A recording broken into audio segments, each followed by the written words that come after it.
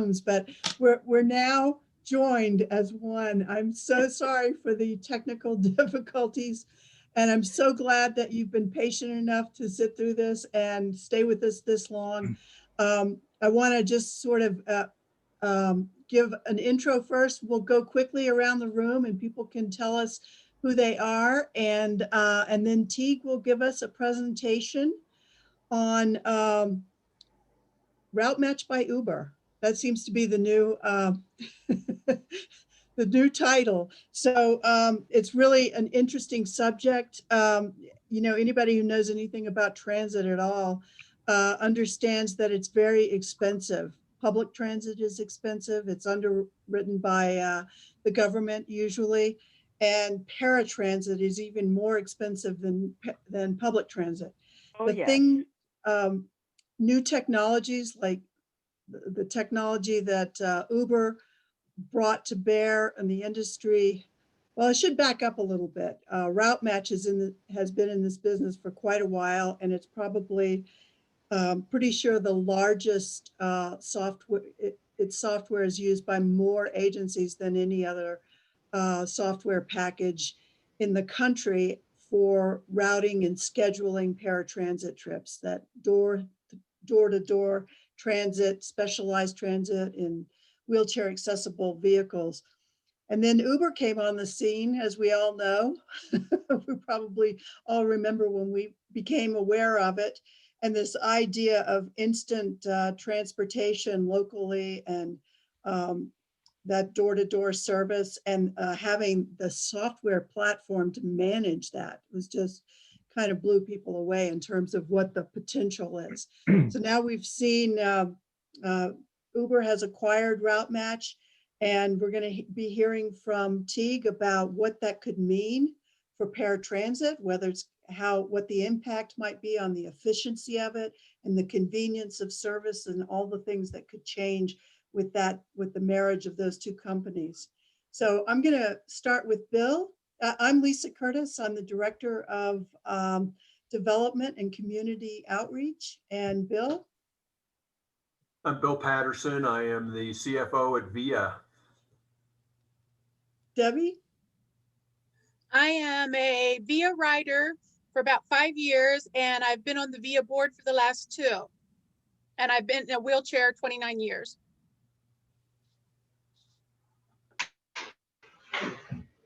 Andrea? Andrea, yes. I'm the chair of Transportation Solutions Arapahoe County, the Arapahoe County LCC. Thank you. Eiko? Hi, my name is Eiko Kato, and I'm a development coordinator at VIA. Nice to see you all. Lisa? I'm Lisa Bitzer. I'm the Director of Operations at VIA. Lindsay?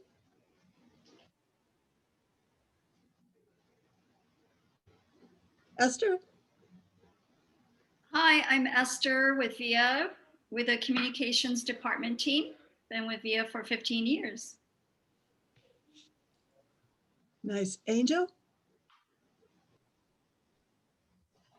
Hi, I'm Angel Bond. I'm the Mobility for All Program Manager with Boulder County, and I facilitate the Boulder County Local Coordinating Council. Cami? You're on mute.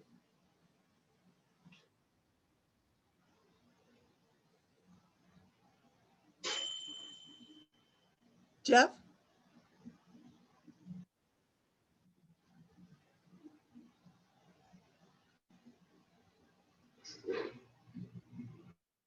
I think we'll go on. So Teague Kirkpatrick, who's the National Sales Representative for Routematch, or you can correct me about your title. I'll turn it over to you and see if I can share your screen. Awesome. Guys, give me 2 seconds.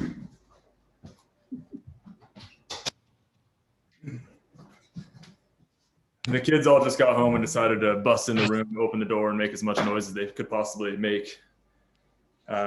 So, hey, hello everyone. It's great to meet you all. I really appreciate y'all having me on on your transit talk. Is it a monthly transit talk? Is that right? It is. Can I, Awesome. 1 second. Elena, sorry, you dropped off. Do you want to introduce yourself? You're on mute. Elena's from INREL. I'm sorry, go ahead, Teague. Sorry to interrupt. No problem. You said Elena's from where? She's from INREL. And how about Jeff? Do you know where he's from? Sound like he was trying to get his mute off. He is a volunteer driver for VIA. Oh, cool. Hey, Jeff. And how about Cammie? I was just trying to get an understanding of who was all on. Cami is the youth program coordinator for Boulder County. Very cool. Okay, great. Well, nice to meet you all. I know we're already 20 minutes into our meeting. I don't want to waste your guys' evenings too much or take up too much time. And we got kind of a diverse group that knows different pieces of different things about Routematch. So, you know, I don't want to talk about anything you guys don't want to hear. I do want to talk about anything you do want to hear. What I was planning on doing is on a very high level, I could just kind of, I guess, give you guys a quick history of Routematch, what's going on today and what we think is going to happen in the future. That's a lot of stuff to like talk about in, you know, 10 or 15 minutes. But I'll give it a quick shot. But, you know, if you guys have any questions or just want to just basically shout or launch questions at me or for anyone else in the group, feel free. I don't really like presenting, so I'd rather have a conversation. But just, I guess I do have some slides I can show, as interesting as they may be. So I guess a good place to just quickly start is kind of with Routematch as a company. So for those of you that don't know, Routematch is a transit technology company. So that's all we've done for 20 years is build technologies for transit. And so a lot of people still ask what that means. I'm not sure if my wife knows what that means. And I've been doing this for 10 years. We develop, deploy, and support kind of operational technologies to help agencies manage data, take trip reservations, schedule trip reservations as efficiently as possible, do day of operations, which we call dispatching. So who do they need to pick up? Who are they going to drop off? When and where? Collect the data they need for CDOT and FTA reporting purposes. And that's kind of the high level of when I say transit technologies, is kind of all those pieces. And so again, Routematch has been doing that for 20 years. And for the most of those 20 years, for about 18 of them, we've deployed what I would call traditional transit technologies for traditional transit services. And so when I say traditional transit services, that would be kind of what you guys know as of paratransit or demand response transportation, as well as fixed route transportation. So we provide those technologies for about 15 agencies in Colorado, about 550 agencies nationwide. And a couple of years ago, we started deploying kind of newer technology. So one was what we call automated fare collection. So we kind of looked at the rest of the world, and you can pay for almost anything and everything through credit cards and pay online and pay like without cash. It seems transit's one of the old holdouts that still require cash. And so we kind of said, hey, let's start bringing in automated fare collection or contactless payments into transit. And so we've been deploying that. And then more recently, I guess about the same time, a couple of years ago, we said, hey, Uber's been around for, I don't know, about 6 years now. Uber seems to be kind of taking over as far as providing a mobility service to communities. I would say more the general public part of the community. And Uber's doing it in a very innovative and very cool way. And we said, hey, maybe transit can start doing something like that. So like I've used Uber, it's awesome. You download the app, put a credit card information in, request a trip, and they show up within 5-10 minutes, jump in, drops off where you want to go, boom, done. Super simple. And we said, hey, maybe public transit and paratransit specifically can start operating like that. And so Routematch started building that technology. And that was a few years ago, and we've been deploying that now for about a year. That kind of takes us up to today, right? So to kind of condense that 20-year history is we've been building these traditional tools for traditional transit services. We started looking to the future and say, hey, we can make some more innovative technologies to kind of bring transit into the 21st century. And Uber and Lyft were kind of companies that pushed Routematch to say, hey, we could build some kind of Uber-esque technologies that could be utilized on public transit. And so that kind of brings us to this last summer of 2020. 2020 is a crazy year, and so summer was a crazy time, and Uber actually acquired Routematch. Uber had been looking at transit. Uber's vision was beginning to change. Uber's vision a couple of years ago, Uber said, really what our vision is now is we want to create an environment in communities where people don't have to own their own car. That was Uber's vision. They said, we're going to reduce the requirement for car ownership or vehicle ownership. And so they started looking at public transit and said, hey, maybe that could fit into our vision. And so Uber created a subdivision called Uber Transit. And Uber's been working with public transit agencies for the past 2.5 years. And so now they've kind of went all in and acquired Routematch. And Routematch, that was a big acquisition for Uber, right? Uber does acquire companies, that does happen, but Routematch has we're multinational, 550 clients, a lot of public clients. We've got all these technologies. So it was a big investment for them. And I think it really shows Uber's, kind of doubling down on the promise of public transit by acquiring Routematch.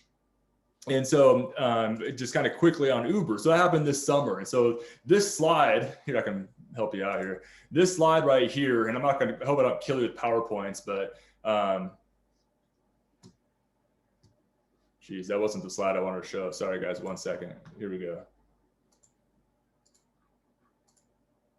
This was the one. So Uber, what Uber brings to the table, and this kind of helps you kind of see kind of the vision or the future.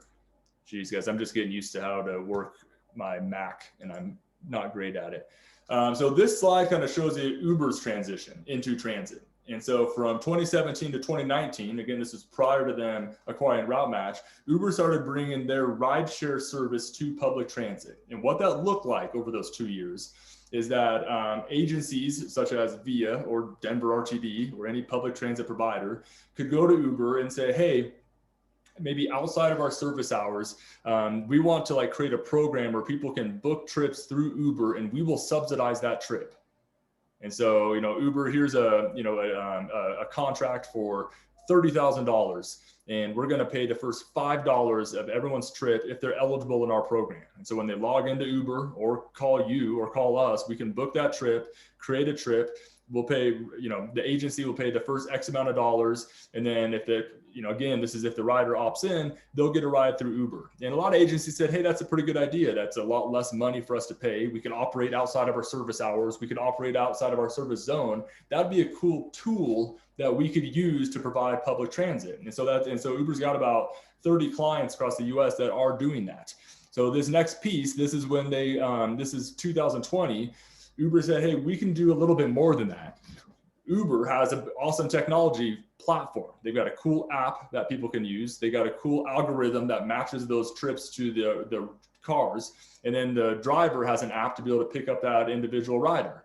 They started licensing that technology to transit agencies. So Marin Transit down in California was the first client. That was early this year in 2020. They bought Uber's technology. And so what that looks like in Marin, and I think this is a very cool model. In Marin, if you go to Uber, you open up Uber to book a trip, it's going to say Uber Black, Uber X, and then it will say Marin Connect. That's Marin service. And if you book through Marin Connect, that trip now goes to a Marin vehicle with Marin wrapping on it, a wheelchair accessible vehicle with the Marin trained driver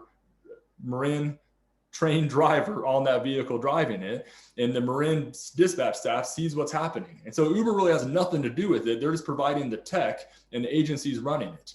And so now that Uber has acquired Routematch, this 2020-2021 vision is kind of a hybrid of those different pieces. So Routematch has, again, 550 clients using our paratransit and fixed route solutions. Uber is now has their dispatching technologies. We think, as we look into the future, is kind of a hybrid combination of those. So for instance, VIA, as a transportation provider, can continue to use our core paratransit management system. If they wanted, they could use some type of voucher program. If they wanted, they could kind of actually start setting up technologies and booking trips cross service between on-demand and paratransit. And so that's kind of the 2021 vision. Like that's what we're doing right now is, and the point of that kind of for this group. And Angel, I know this might kind of, I know you've been in the industry for a long time and kind of worked on with tons of mobility managers and people looking at mobility management stuff. What we're trying to do here is to set up the tools to allow the transit agency, whether that's VIA or RTD or City and County of Broomfield, let that transit agency become the mobility manager of their area or of their region and say, hey, we are going to be the stewards of mobility, whether it's paratransit, non-emergency medical, health and human service trips, fixed route trips, general public trips. We're going to be the steward of this. We don't have to provide all of those trips. We do have some vehicles that we will do it. We also have access to volunteer driver programs that these technologies can work with. We have access to whole other network, which is Uber and Lyft and all these TNCs that are out there. And it's just a bunch of tools that allow an agency to kind of pick and choose to see what works best for them to be able to provide transportation for the community. And let me end this real quick with kind of the vision. So, I know some of y'all aren't quite as ingrained in public transit as say the VIA folks that are on. And I've told this to the VIA, but just a couple things kind of to keep in mind with our technology. One is I'd say that Uber by Routematch, no matter what, is 100% devoted on supporting public transit. That's what Routematch has been doing for 20 years. Number 3 here, but the next one I want to hit is our goal is to meet transportation providers where they are with our technology, meaning that we can do something like with Marin, where they're changing their entire service model with the whole new technology and trying to offer a 100% spontaneous and inclusive service that's totally different than anyone's ever done. Or continue to support people like City and County of Broomfield that just have 6 or 7 vehicles using our core paratransit system that fits well for their community. Or someone like Via Mobility, who we're kind of doing pieces of all this stuff with. We're doing traditional paratransit, we're doing volunteer driver programs, we're doing fixed route services, and now we're spinning up on-demand service models that try to fill in the gaps. And that's a huge piece when we talk about technology and how Routematch can help our clients is we say, hey, you as a transit agency, we know there's mobility gaps in your community. There's trips that you can't provide for one reason or another. It's out of service hours, it's out of service boundaries, there's something in the way of allowing you to provide that. Routematch says, hey, let's build some like innovative tools to help the transit agencies fill those gaps. We call them mobility gaps. And most transit agencies that I talk to about this, I say, hey, what trips can't you provide? And especially if there's like a dispatcher or some type of call reservationist in the room, they're like, well, lots. I can name a bunch that have to say, no, we can't provide that trip for whatever reason. And we start making a list of trips that can't be provided. And we say, hey, let's spin up a service that can actually provide those trips going forward. So I think it's some cool stuff. And a big piece of it, this is the last slide, I swear, but this does kind of tell a story. I need to figure out a better way to do this slide. But currently, across the US, in general, most agencies operate like these separate services. A paratransit service, a fixed route service. They offer maybe a BRT service. They have these like siloed services, and they often even brand them different, right? You've all seen that they brand the services different. Routematch over the past few years has been starting to say, hey, let's break down like those barriers between those services. And instead of having these separate services, have what we call a family of services. It doesn't matter what the service is. If someone wants to get from point A to point B, if they need a trip somewhere, you as a transit agency can manage that. You've got all kinds of vehicles out there. They're running different directions. They're doing different service models, but you can blend those services. And that's really our goal, is to be able to create these tools to create this family of services. And what we think is really cool, and this is really when we look into the future, is if we can do that with like one agency, say Via Mobility, and really blend these services and have all these integrated services. On-demand's integrated with fixed routes integrated with ADA paratransit, as well as with other services in the community. If we can do that at one place, say we also do that at Denver RTD, for instance, and then maybe we also do that in Broomfield. Now all of a sudden we got like a little triangle, and if we can mold those ones together and start integrating those services, now you've got like a mobility ecosystem that's spanning not through a community, but through a region of multiple communities. that might sound like grandiose, but I really think it's happening. And we're starting to see it more and more. And we're actually deploying this at numerous places just like that. And one that I'd highlight is a program in East Oklahoma that was funded by the FTA. Like Oklahoma is a big state, right? And so like the whole like east third of it is covered by 4 transit agencies that have these huge service areas.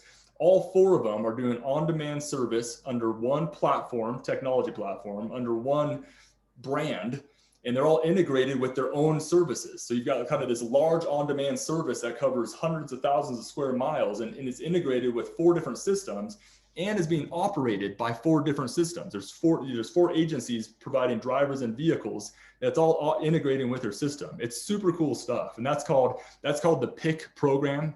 And if anyone's interested, I can send you some like case studies on it, because I think it's super cool. And I'll send it to you, Lisa. I mean, if we really think I really do believe it's like the future of transit. I know like Colorado's got like this Connecting Colorado initiative, and they're kind of looking at GTFS data and GTFS real time and how can they do this. We're like doing this already. Now I know Colorado and other states are kind of doing this kind of more open platform. So how can they get different technologies all plugged in? And we say, hey, that would be cool. And we're on board with that kind of Routematch by Uber. But frankly, we can like almost do all of it right now. Now, I know that's not what some people want to hear, but it's true. You know, we've got all these paratransit services already up and running. We've got an on-demand platform. We've got this broad reach. And yeah, in the end, we can kind of get this integrated system, but we can like build that up now. So it's pretty exciting stuff. What I'd leave the group with is, you know, when you're kind of looking into the future of paratransit and how that fits in, that is what we see the future is for paratransit riders to be able to get anywhere they want to go, regardless of their ability or disability, with one trip request and one payment if needed, all with one trip request, no matter how many services that may broach. If that's via to Denver RTD's route to you know, the last mile is Broomfield's Easy Ride program. If it's 3 different services, who cares? All you want to do is get from point A to point B, and you don't want to call 3 people, pay 3 different times, and try to manage that all yourself. Transit agencies can kind of steward all that and create this mobility as a service, kind of this larger platform that integrates all the back end pieces. So I think it's super exciting when we kind of look into the next few years of what's going to happen in transit. Yeah, I just think it's super exciting stuff. Sorry about that rant. Thanks. I felt like I was going No, off that's great. I love that. Yeah, do you want to go ahead and unshare your screen and we can open it up to questions? Of course. One question I have, just to kind of start things off, and anybody feel free to raise your hand or chime in. What do you think is going to happen to the cost of paratransit services? Right now, it's so expensive. And how can this technology, do you think this technology will have an impact on that? I do. And we are exploring it with the cost. And I've actually got a slide I can kind of show you that's kind of interesting. Let me share this real quick with you, Lisa. So this is one of the visions of Uber, and Routematch by Uber is already contracted with some large urban agencies that kind of feel they can see the reasoning behind this. And really what this is it's cross dispatching into the TNC network. And what that means is, you know, a cost per trip. And so like I mentioned earlier, kind of that voucher program. Mm-hmm. Well, that voucher program works because TNCs can provide a trip much cheaper than most public transit agencies or nonprofit transit agencies can provide that trip. Now, there's lots of reasons they can do it cheaper.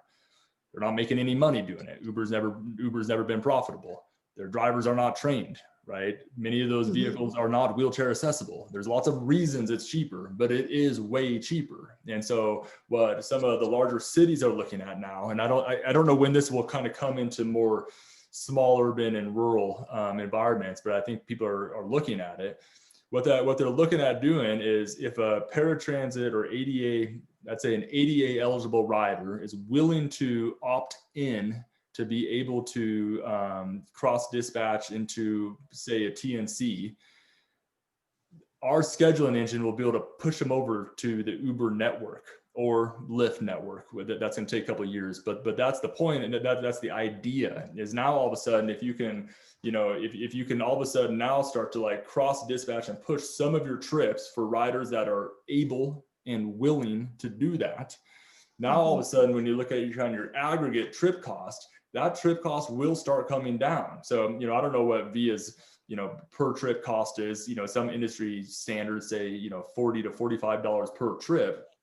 Well, if you're in Boulder and you're going, if you're in the downtown area, that trip on Uber or Lyft, it's probably gonna be like, I don't know, like $8, right? And so to be able to kind of cross dispatch that, now you kind of take the difference. Well, we did X amount of trips at $45 trips. We did a handful of trips at X dollar trips. Now our kind of average trip cost per trip has gone down, and that's starting to, we think that is an option to potentially bring down the cost of paratransit trips. Now, another piece of that, which is a little bit more old school, but I think it's as real as ever, is integrating paratransit services into the existing fixed route environment, right? So that fixed route environment's already there. And, if we can work on doing heightened travel training, and we can integrate those services so it's much more fluent, and we're not leaving people on Boulder Street in the middle of the snow, and the fixed route bus is running 10 minutes late, and so someone's stuck there for 10 minutes in the snow because they thought they were going to get that fixed route. If we can kind of eliminate some of those barriers and make it a much more seamless solution and integrate paratransit into that fixed route, as well as some of these on-demand services, again, we can start reducing the cost per trip. We've actually got an insane case study that we did up in York, up in Toronto, California, or Canada. That's exactly what they did. Is they built out a BRT that stretched east-west on the city, and then they started going through their traditional paratransit trips and started seeing the trips that were going from the east side to the west side that kind of coincided with that BRT. And so they started calling those riders like personally and said, "Hey, you take this trip often. Why? Tell us about it. We'd love to help you. We got this BRT. What do you think about this?" And they said, "You know what? Let's try it. I will personally drive down, meet you, pick you up on our paratransit vehicle, take you to the BRT, and then you do the rest on the BRT, and I'll ride with you." And that like literal travel, on-site, holding hands travel training, they started doing that. And some of the stories they got were just absolutely insane. Like one of the stories real quick was a gentleman that had to move for one reason or another. He was an elderly gentleman. He wanted to continue going to the senior center that he would spend his day at every day, but he was on the other side of the city. That senior center wouldn't provide him lunch because he wasn't within their jurisdiction. So he'd go there in the morning on a paratransit trip, go home, eat lunch, come back over there to hang out with his buddies, and then go back home. And all of a sudden, like, we're eliminating like that one trip, getting the paratransit off that and just doing the first mile, last mile. I mean, it was saving them like thousands of dollars a month. That was a trip.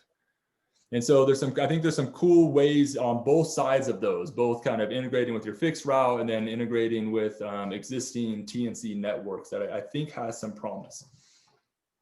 That's great. Does anybody have a question? Go ahead. I have a question. I love like the technology fixes for some of this coordination gap, but it seems like a lot of the barriers to coordination on this level that you guys are proposing really has to do with like institutional barriers or behavior change barriers, like people not wanting to use different modes of transportation. So my question is, like, what is Uber with Routematch planning to do to like, is Uber, since they acquired Routematch, are they willing to like really put in that work that it takes to like overcome those institutional gaps to get people to collaborate a little bit more closely?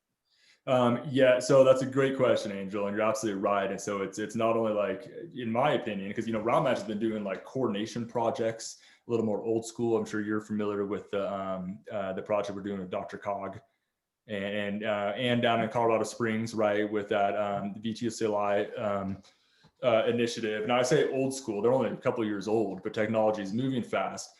Those projects and tons of other ones, another huge like barrier is like actually getting agencies to change behavior, not just the riders, right? And I mean, that's probably the biggest thing. The technology's often been there or is fully there and ready to go. You just got to get agencies to change. Now, as far as changing behavior, both for agencies and riders, I can only speak for Uber so much, right? I've only worked for them for a couple months. The company's huge. It's got like 20,000 people in it. I don't know exactly what they're doing right now. Uber Transit is just basically all of Routematch. And so I know what we're doing. Now, as far as, getting people to change behaviors, I mean, one very real way to change people's behavior is through their pocketbook. Right. And so a couple examples of that is one, with our on-demand product. What we're doing, this is pretty cool, is we can actually have like discounted trips if the trip ends and begins at a designated fixed route transit stop. Right. And so all of a sudden, if you're just willing to like walk like a block to the transit stop, now you save $3 on your trip. And all of a sudden that makes a difference. Now, how we do that with transit agencies, again, with this kind of model that I talked about a second ago, all of a sudden transit agencies say, hey, if we can start putting some parameters into place that are going to have a massive effect on our bottom line, that does major things. It doesn't allow a transit agency to all of a sudden make a bunch more money, right? That's not the case. What it does allow a transit agency to do is to offer a lot better services, more spontaneous services, more creative or innovative services, and a much better rider experience, right? Like usually through our technologies, agencies are able to find efficiencies, but they don't just like have all this extra cash and keep it in their pocket. And instead what they do is they say, hey, what can we do to better the rider experience for our clientele? So I think that's probably one that I would say is kind of is the pocketbook. And then two, Angel, is it's just becoming more of a shared society, in my opinion. I mean, just things in general. I mean, I think people are, I remember even like when I was like in my like 20s, like the idea of not having a car was like insane. I would never not have a car. And now like Routematch like employs like all these people that are in their 20s or early 30s, and they don't have cars. Like some of them don't have a license. And they're just like, well, why? I don't even need it. And I'm just like, and I think that's insane, but I think that kind of mindset is becoming more and more real, right? I mean, people don't own DVD collections anymore, right? That would be insane. My wife's got a really old 1980s and 90s DVD collection she won't let me get rid of. But, I think that kind of shared society kind of mindset is becoming more and more of a thing. And I think that's helping collaboration between agencies. Yeah, Teague, I think too, like what we did with Larimer County with Routematch's help, and we broke down the barriers, we broke down the silos, and we had several agencies that just sort of did their own thing. And then VIA got involved, and we moved people all over the place. We took people from Boulder to Fort Collins, and from Fort Collins down to Berthoud, and we showed that when we worked together, we could make it work. And so granted, it was small scale compared to what we're talking about here, but it's the beginning of breaking down those silos and those barriers and getting people where they need to go, and it not costing a fortune. Yeah, you're absolutely right. I mean, that's funny. In our coordination projects, I mean, people have had this ability to coordinate for years because all they had to do was pick up a phone and make a call, and they never did that. And then they're like, oh, hey, Routematch, we're going to, here's a big contract, make it all work. And I'm like, we can, and we can make a bunch of efficiencies, but you guys could also just like call each other and say, hey, can you help me with this trip and meet me halfway, right? I mean, that always could have happened, but you're right. It's not, it's not as, obviously I'm making it sound much easier than it is. Two of the barriers that we come across or that kind of exist is, the physical boundaries, like crossing into another territory, which you're talking about right there. But also, in the paratransit world, we have so many sources of funding, that 45,000, sorry, that was a slip of the tongue. That $45 trip is not being paid by the rider. It's being paid from a number of sources. So the missing piece for us, is often how, when you cross barriers or cross agencies and you share rides and share trips, how does that funding source follow the rider? That payment technology, what's the progress on that front? It's difficult for sure. I mean, we've done it. We have a full payment solution that can track like a trip to a source, right? a payment source. I think where it starts getting more difficult, and keep in mind, I'm just more of a technology nerd and not a policy nerd, but I think where it gets more difficult is when you start, like you said, when you're starting to kind of share different, there's two different providers providing one trip. And so does provider A get 40% of the funding available for that trip, and then provider B gets the remainder? And so I know that can be difficult. And in our coordination projects that we've done, it's been extremely difficult for us to accomplish. Now, again, I don't know if, the technology is just a piece of it, right? The other piece is the providers and kind of understanding how that works. That's what we ran into with more of our coordination projects. And we've got around it by finding funding sources just to subsidize the ride outright or subsidize the provider outright. And that's just a short-term Band-Aid solution. But yeah, I mean, it's a really good question. And I don't know if we've quite got the answer figured out for it. Teague, you gave the example of the Oklahoma with the 4 agencies covering a huge area. How do they do it? That's a good question. I'll find that out, Bill. I'll see exactly how they're doing that. That'd be great to know, because that really was, even in the coordination project we did on the MSAA several years ago, that seemed to be a stumbling block to, how do these things get funded, or how do you, if you're calling another agency to deliver you a trip, how much do you pay for that? Do you pay by the mile? Do you pay? And so, those can be negotiated too, but the funding is still geographic in small areas, and yet the need is broader than that. And so probably too, going back to our funders and saying, well, we can't just stop at the boundary, the town boundary. Where they want to go is across the street from the town boundary. And I know the town is paying for this trip, but how can we do it so that we can serve the client and utilize the funding where it's fair? And that's tough. Yeah, no, you're right. And I'll see if I can find out about that PIC project. We're halfway through deploying. I think it's supposed to be up and running in a couple months. So let me see if I can find that out. Although, it's not just paratransit. Routematch has worked. We haven't deployed, but we have worked to try to understand how to do that for like regional fixed route systems. To have down in California, it's a county of Tulare, and we work with a couple of the providers from a technology perspective, and they've got all these regional routes. And then once you get, from one town to the other, there's a local system, and, they want to have like a regional pass, right? So you just buy a regional pass for X amount of dollars. Well, it's like, how do you understand like how many miles they went on one service versus another service? And, you kind of run into some of the same difficult scenarios. How do you pay VIA to take somebody from their home to the park and ride, RTD to take them from the park and ride in Boulder to downtown Denver, and then another carrier to take them the last mile to their destination? So, and again, this is kind of the weird thing about that. Like that could happen pretty easily if all 3 providers were using Routematch by Uber.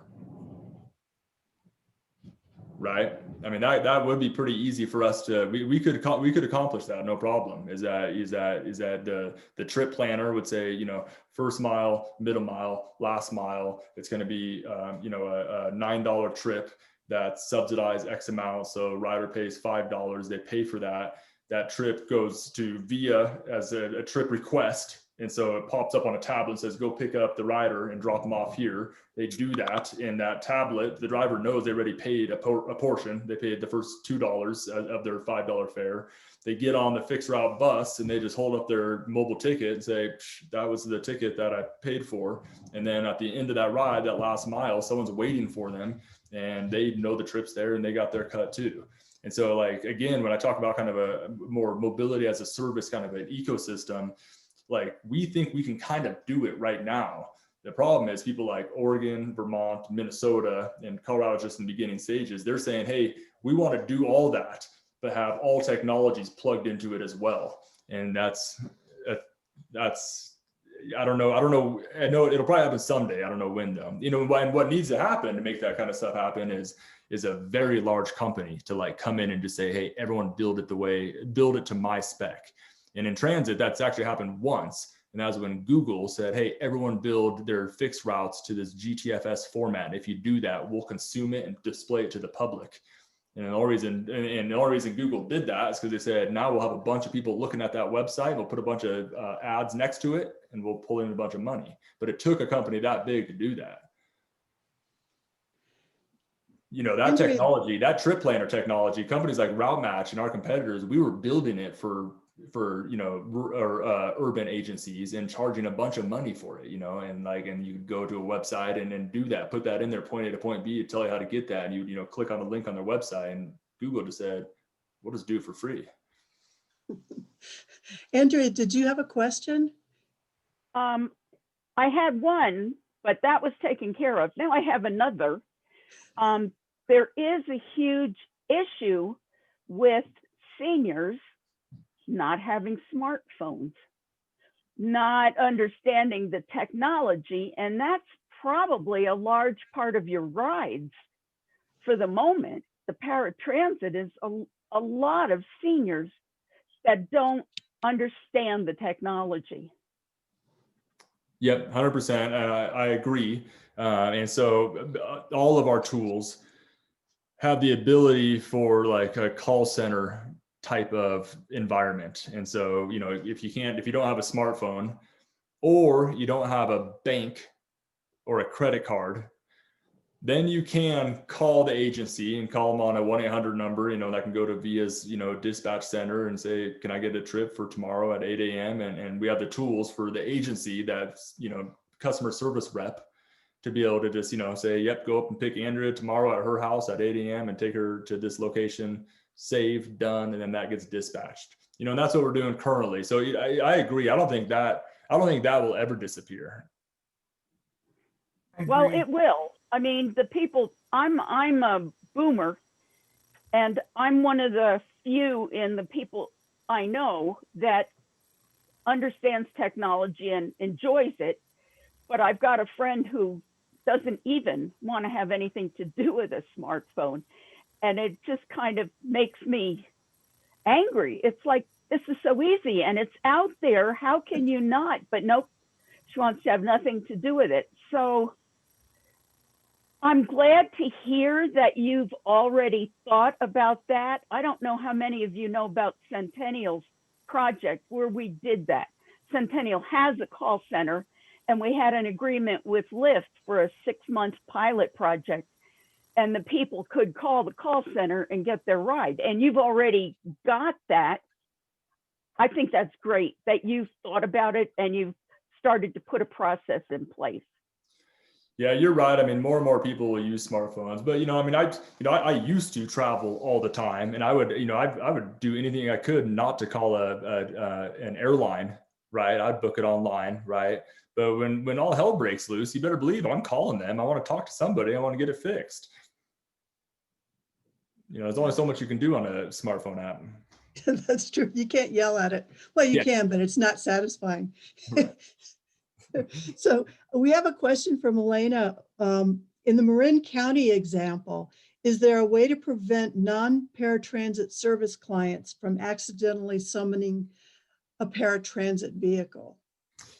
Yes, absolutely. And so there's kind of two options, and it's simply kind of an eligibility feature. And so when you log in, you can book kind of the Marin Connect. Anyone can book that trip. There's no eligibility requirement. For the Marin Connect ADA service, then when you try to book that, it requires a certification number that the rider would have to know and type in there. And then once they do that, then they're eligible for that service, can book through that service. Okay, thanks. And then those services, if you want, if the transit agency wants, can actually have different parameters for those different services. So, for that general public, could be like a point-to-point service. It just goes to all the existing fixed routes, and that's all it goes to and picks up from. And general public can walk from there, just like they would if they're using the fixed route service, as opposed to the ADA service might go, curb to curb or door to door. Bill, did you have another question? Okay.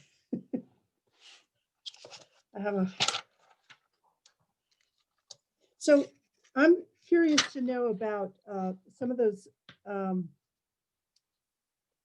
use some of those agencies out there that may be combining paratransit and paratransit together, maybe with the same vehicles, or there's some overlap, or I've heard people use the word commingling before.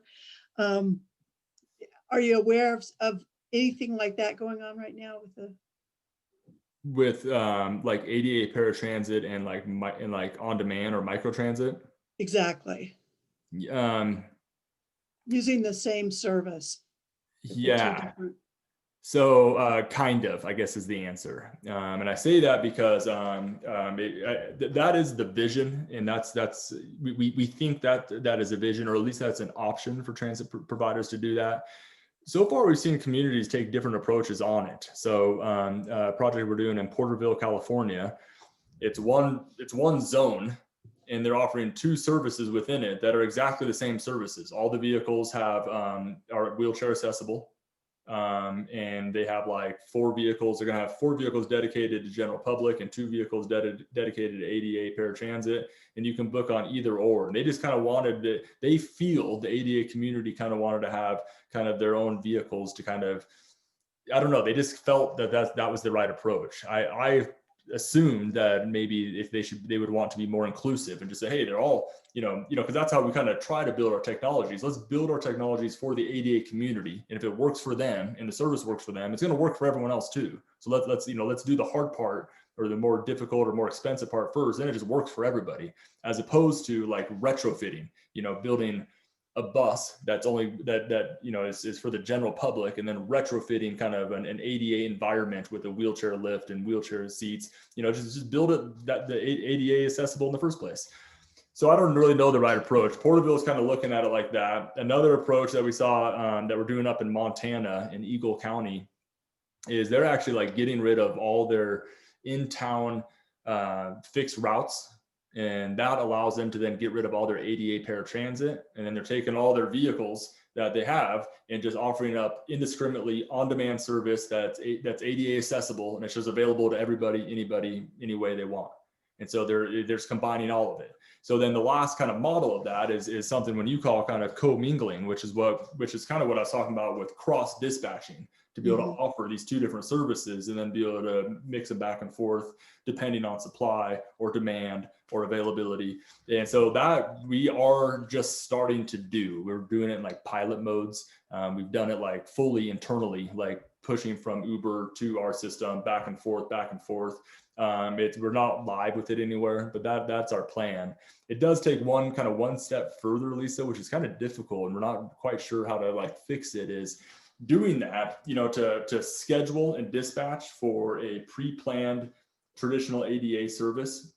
You have to build that algorithm, the technology to do that one way, which is a very different way to build a technology algorithm for on-demand service.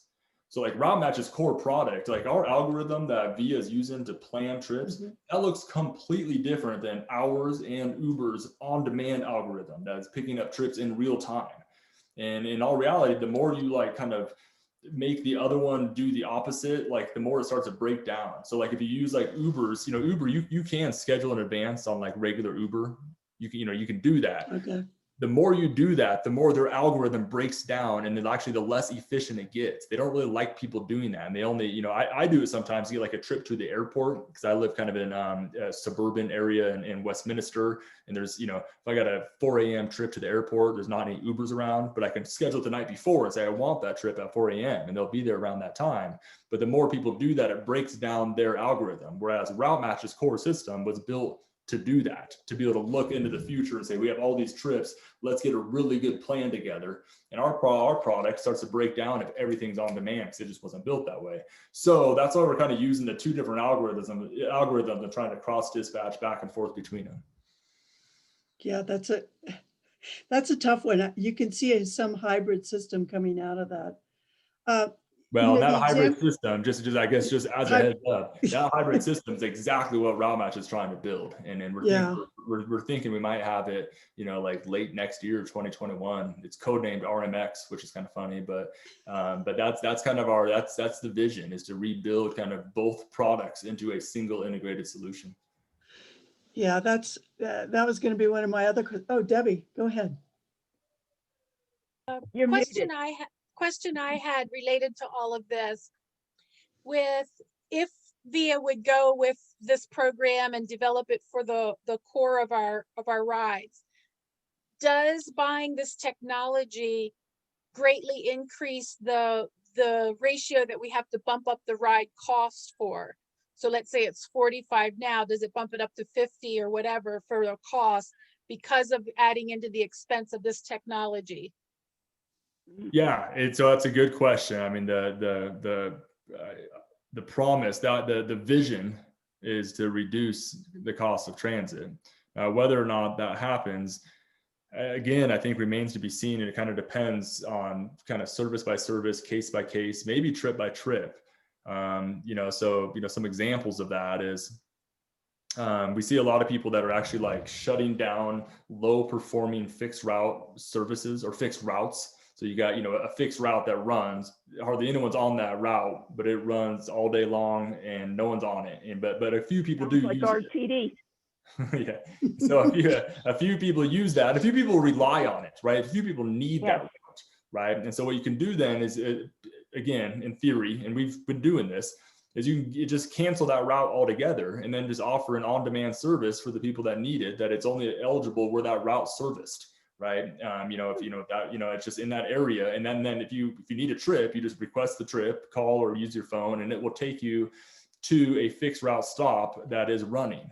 And so if you do that, if you kind of reimagine your fixed route service, kind of, regardless of the size of your agency, if you got 40 routes or 4, and you say, hey, if we can get rid of a quarter of our routes, that's going to save us a bunch of money.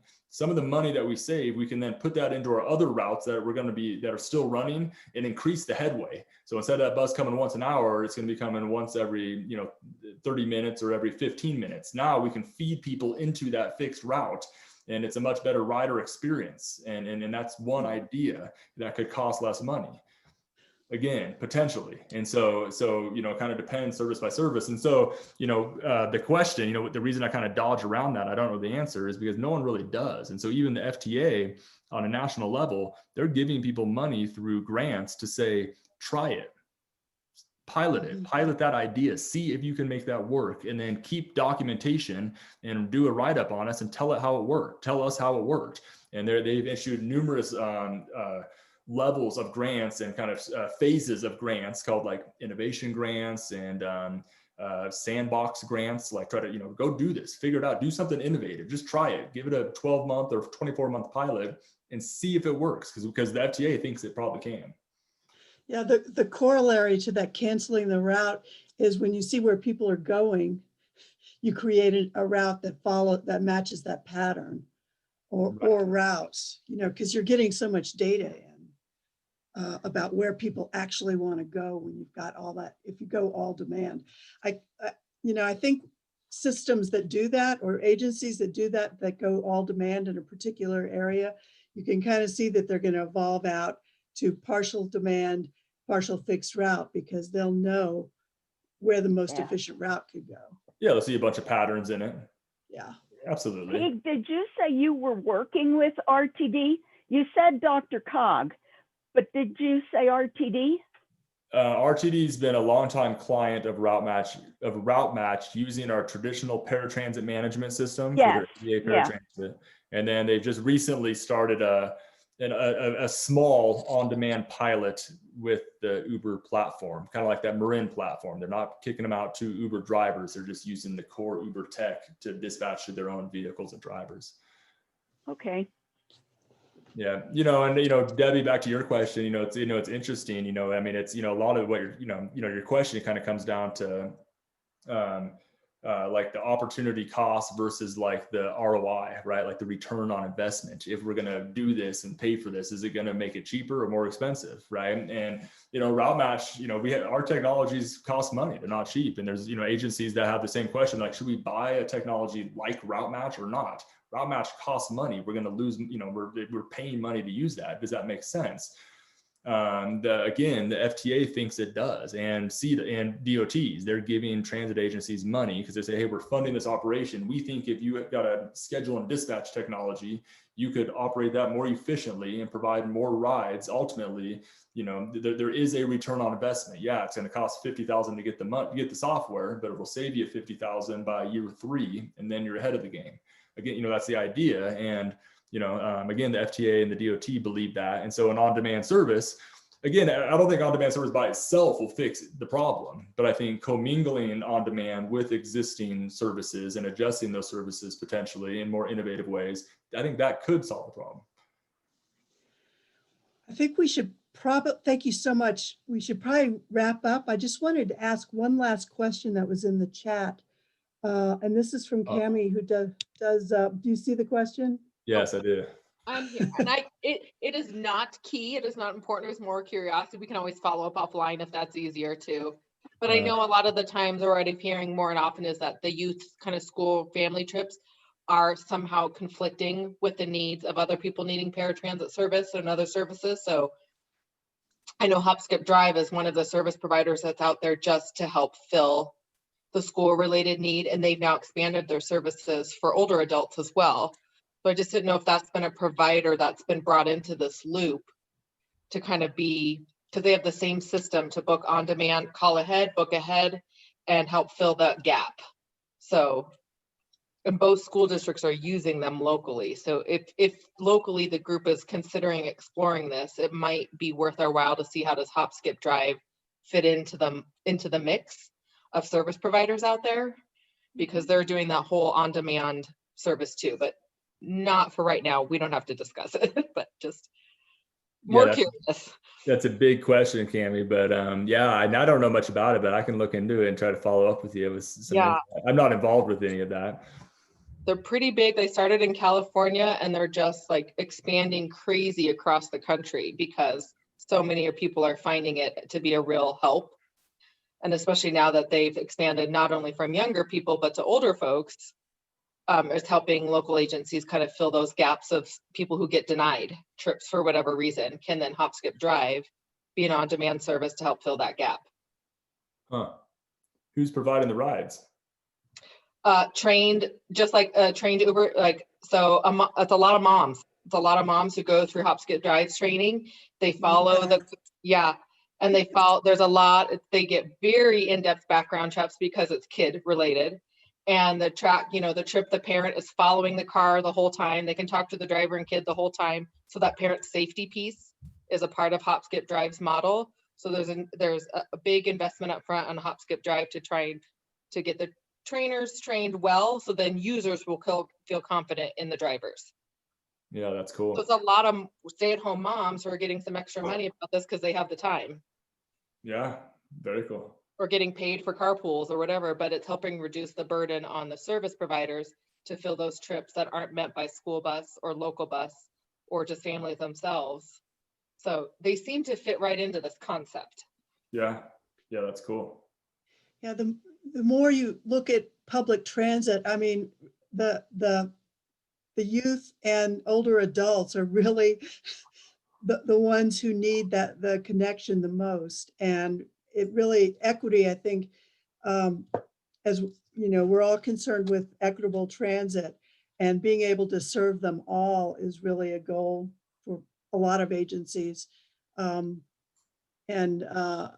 Certainly it is at the county level too. So, but that's a great question. So Teague, I'm so grateful for you for coming and suffering through the technology glitch. No problem. No, there with us. Yeah, no, thank you. Thank everyone for the time. I really appreciate it, and I'm an honor to have the time. Yeah, well, and as things develop, we'd love to have you back, you know, fill us in on new developments. Yeah, absolutely. I'd love to. Great. Did you have something to say, Bill? I said it. Oh, okay. Thanks, Bill. Appreciate it. Thanks, everyone. Have a great evening. Thanks for the Thanks, presentation. Via. It was great. Thank you. Yep. Thank you. Thanks. Bye. Thanks, Lisa. Bye. Sure. Thank Bye. you.